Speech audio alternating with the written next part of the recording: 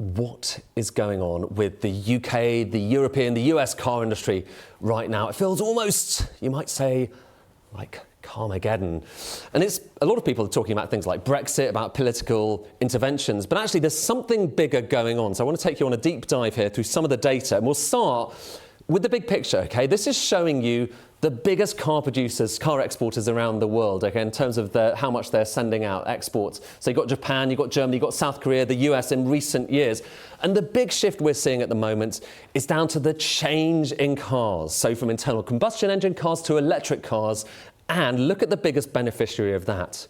Look at China. Just look at how it's leapfrogged everyone else in terms of the units of cars they're sending out around the world. What is going on there? Well, part of the story, kind of the big picture here is it is much cheaper right now to make electric cars in China. Okay, so this is showing you the cost of making a VW i3, okay, ID3. This is the car that's comparable to certain cars that you can find in China. And this is showing you the different component parts, so the battery, the chassis, and so on.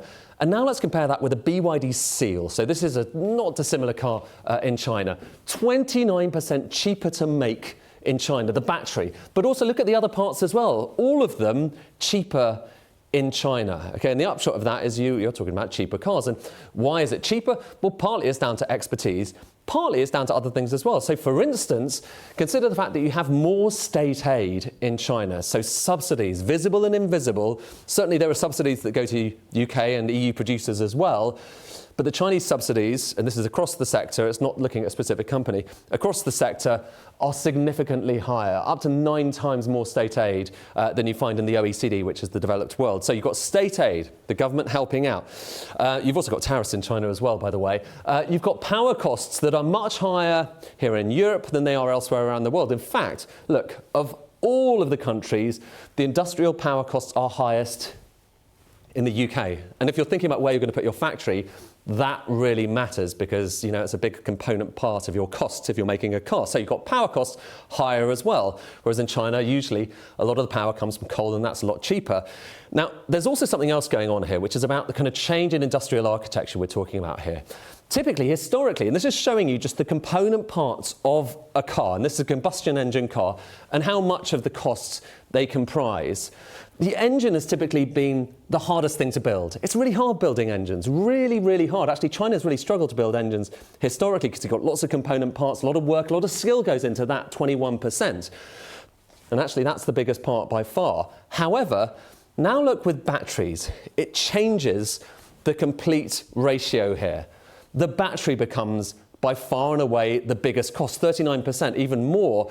And making a battery is a very different skill to making an engine. You can't just take these jobs and shift them across there. And that's a real conundrum for people making cars in Europe and indeed in the US. And it's part of the explanation for why right now China is dominant when it comes to making electric cars. 65% of the global market is Chinese. But what's interesting is when you look beneath that, look into the supply chain, look at how many people are making batteries. It's 82% of the market for batteries is China. Look deeper, look at the components that go inside the batteries.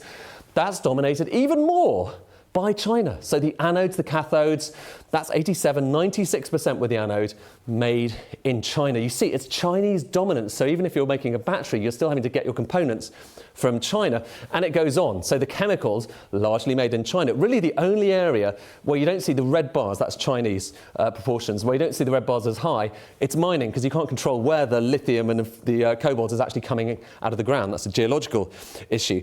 There's one other thing that's just worth focusing on, which is it partly about the chemistries? Is it partly about the types of batteries that Europeans chose? Now, a while ago, the EU, and to some extent parts of Asia outside of China, decided they were going to specialise in really high energy density batteries, the kind of thing that gives you really long range. And there's a particular type of chemistry here, nickel, manganese, cobalt. This is the high energy density stuff. China focused on low energy density batteries, a bit cheaper, a bit safer. And most people in Europe were like, well, why are you guys bothering? Because this stuff is where the money is. But look at what's happening now. Because China's got a lot better at making those batteries, you're seeing much more growth in that different chemistry. And the type of battery that the EU specialises in, it's basically plateauing. Look at that. And China's got the growth area.